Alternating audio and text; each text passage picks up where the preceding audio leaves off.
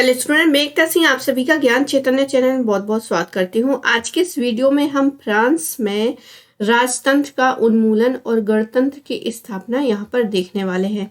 तो ये 9th class की हिस्ट्री की बुक है और ये जो सिलेबस यहाँ पर है वो KVS के TGT सोशल साइंस के अकॉर्डिंग है।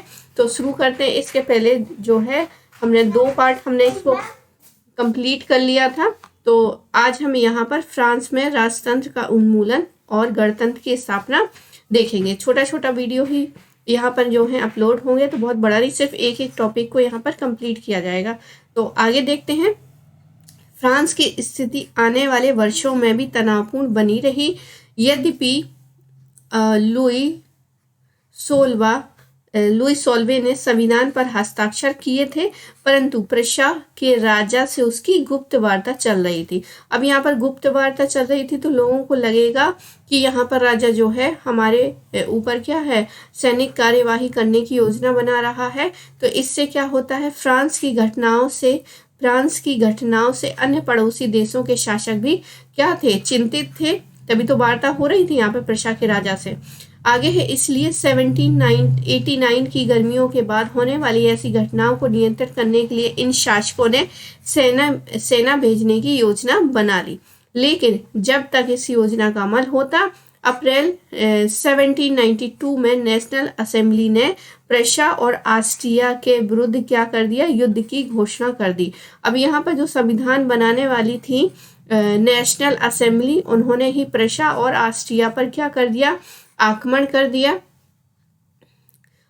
दिया। तो क्या होगा, प्रांतों से हजारों स्वयंसेवी सेना में भर्ती होने के लिए जमा होने लगे। उन्होंने इस युद्ध को यूरोपीय राजाओं और कुलीनों के विरुद्ध जनता के जंग में के रूप में लिया। अब यहाँ पर जो जनता शामिल हो रही थी सेना में, वो इसलिए ताकि जो राजा और कुलीन हो उनके विरुद्ध जो है जनता ने इस युद्ध को इस तरह से समझा कि उससे छुटकारा हमको मिल जाएगा। उनके होठों पर एक देशभक्ति गीत था जो कि कवि राजेल दी लाइल द्वारा रचित मार्सिले भी था।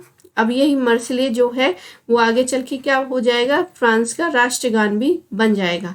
यह गीत पहली बार मार्सिलेस ने स्वयं सेवियों ने पेरिस की ओर कूच करते हुए गाया था, इसलिए इस गाने का नाम मार्सिले हो गया, जो अब फ्रांस का क्या है, राष्ट्रीय गान है। आगे देखते हैं। क्रांतिकारी युद्धों से जनता को भारी क्षति तो हुई, आर्थिक कठिनाइयां भी झेलनी पड़ी। पुरुषों के मोर्चे पर चलने जाने के बाद यहाँ पर क्या है, अब जो घर है, घर के पुरुष तो सारे चले गए, सेना में भर्ती हो गए, युद्ध करने चले गए। तो यहाँ पर बचती हैं महिलाएं और बच्चे। तो घर परिवार और रोजी रोटी की जिम्मेवारी जो है औरतों के कंधे पर आ जाती है। देश की आबादी एक बड़े हिस्से को ऐसा लगता है कि क्रांति के सिलसिले को आगे बढ़ाने की जरूरत है, क्योंकि 1791 के संविधान से सिर्फ अमीरों को ही राजनीतिक अधिकार प्राप्त हुए थे। लोग राजनीतिक क्लबों में अड्डे जमा कर सरकारी नीतियों और अपनी कार्य योजना पर बहस करते थे। इनमें से जैकोबिन क्लब सबसे सफल था, जिसका नाम भूतपूर्व कॉन्वेंट ऑफ सेंट जैकब के नाम पर पड़ा था, जो अब इस राजनीतिक समूह का अड्डा बना हुआ था।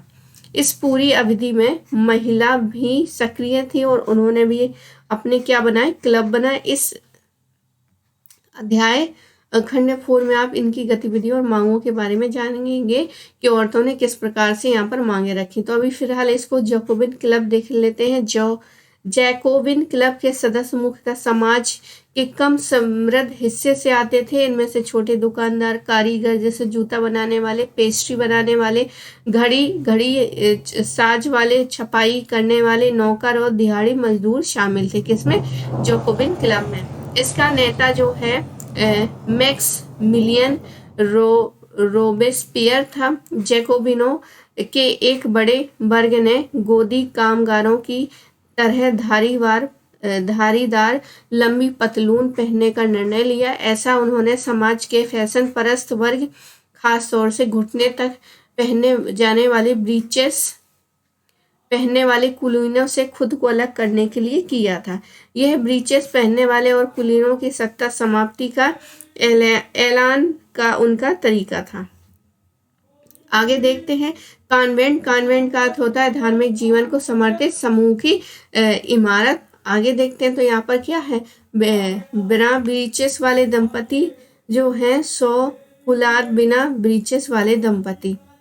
आगे देखते हैं यहाँ पर नीनोन वैलो लिबर्टी जो है यह किसी महिला कलाकार द्वारा रचित दुर्लभ चित्रों में से एक है। क्रांतिकारी घटनाक्रम के बाद महिलाओं के लिए यह संभव हो गया कि वे स्थापित चित्रकारों के साथ प्रशिक्षण प्राप्त कर सके और हर 2 साल में लगने वाले सैलान नामक नुमाइश में अपने चित्रों को प्रदर्शित कर सके। ये तस्वीर स्वतंत्रता का नारी रूपक है, अर्थात नारी आकृति स्वतंत्रता का प्रतीक है। आगे देखते हैं,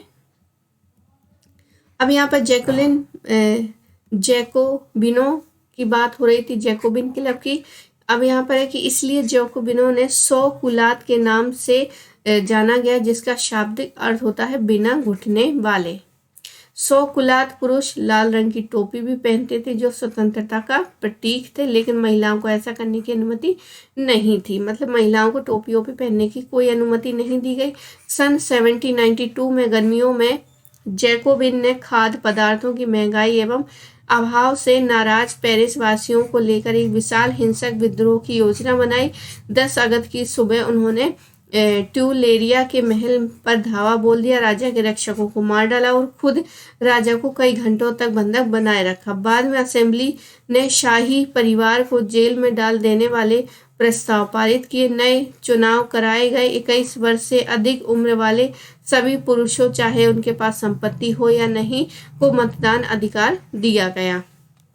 नवनिर्वाचित असेंबली का कन्वेंशन का नाम दिया गया। 21 सितंबर 1792 को उसने राजतंत्र का अंत कर दिया गया और फ्रांस को एक गणतंत्र घोषित किया। जैसा कि आप जानते हैं, गणतंत्र सरकार का वह रूप है जहां सरकार एवं उसके प्रमुख का चुनाव जनता करती है।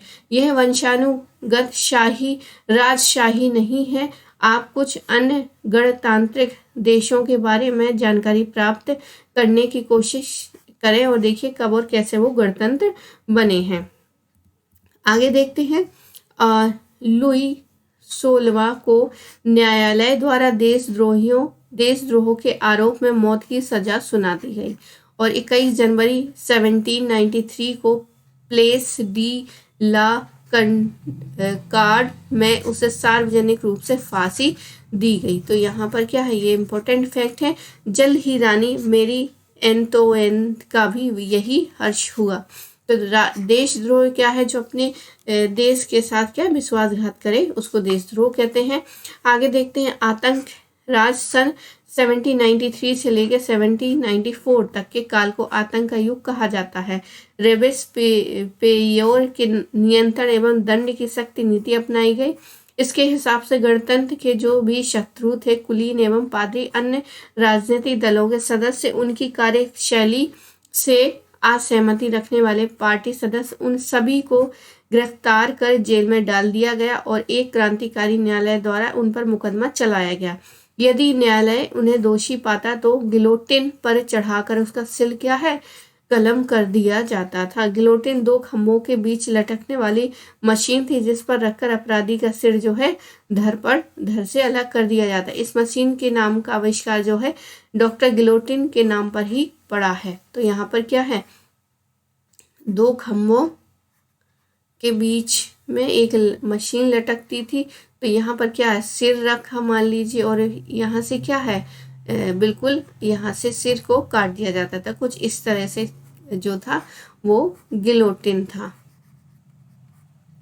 आगे देखते हैं, रोबेस्पियर सरकार ने कानून बनाकर मजदूरी एवं कीमतों की अधिकतम सीमा तय कर दी। गोश्त एवं पावरोटी की राशनिंग कर दी गई। किसानों को अपना अनाज शहरों में ले जाकर सरकार द्वारा तय कीमतों पर बेचने के लिए बाध्य किया गया।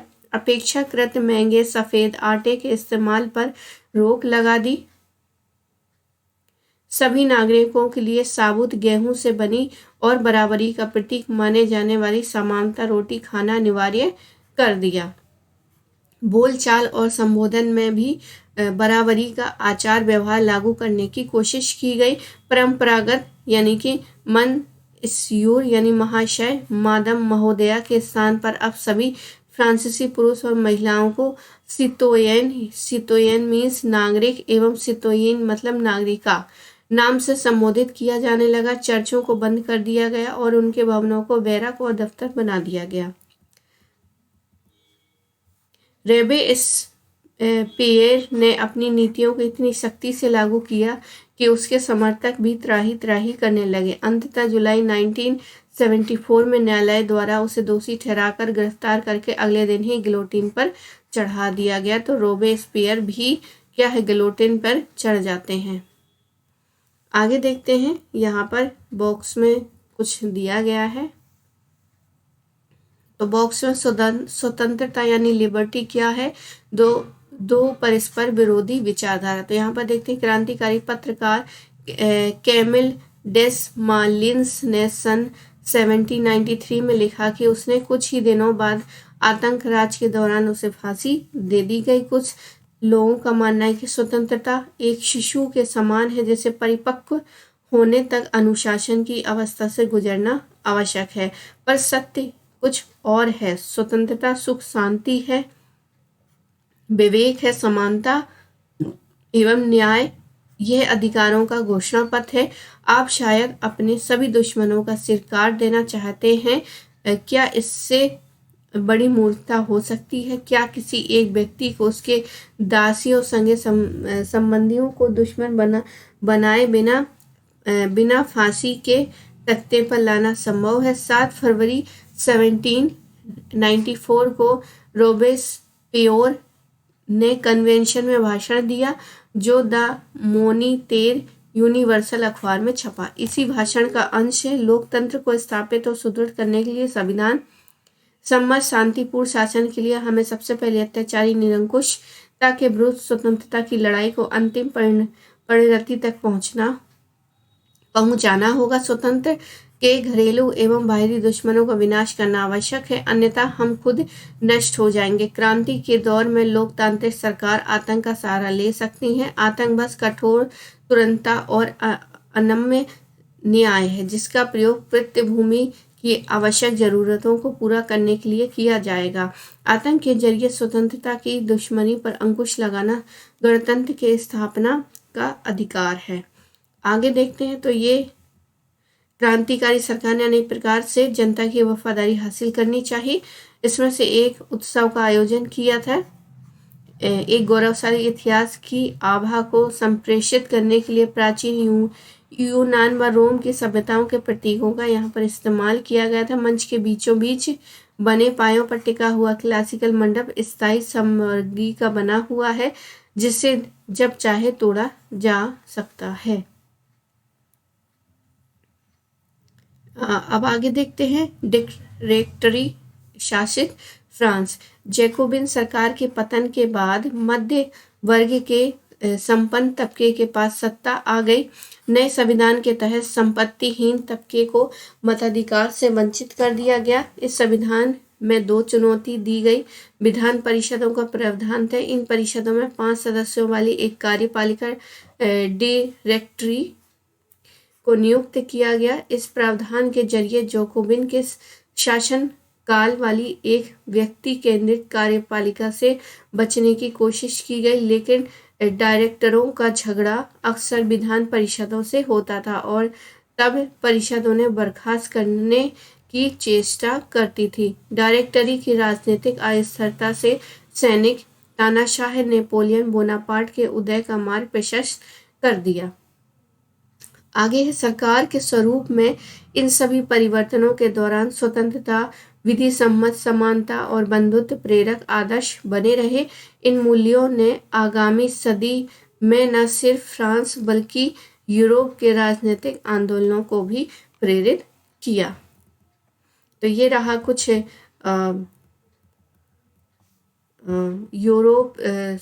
फ्रांस की क्रांति किस प्रकार हुई और उसके बाद किसका शासन होता है, राजा को किस प्रकार से फांसी दी जाती है, फिर जैकोबिन क्लब आता है, फिर वो भी असफल हो जाता है और फिर एक नया जो है डायरेक्टरी का शासन आता है। तो ये वाला जो है हमने इसको कंप्लीट किया। अब हम अगले में महिलाओं के लिए भी यहाँ पर कोई क्रांति होती है, महिलाओं ने ऐसे कौन से अपने मांग और ये सारी चीज़ें रखी, तो ये भी हम अगले वीडियो में देखेंगे। आई होप आपको ये वीडियो पसंद आया होगा। पसंद आया हो तो प्लीज़ लाइक करें, शेयर करें, सब्सक्राइब करें। मिलते हैं अगले वीडियो में, और पूरा वीडियो देखने के लिए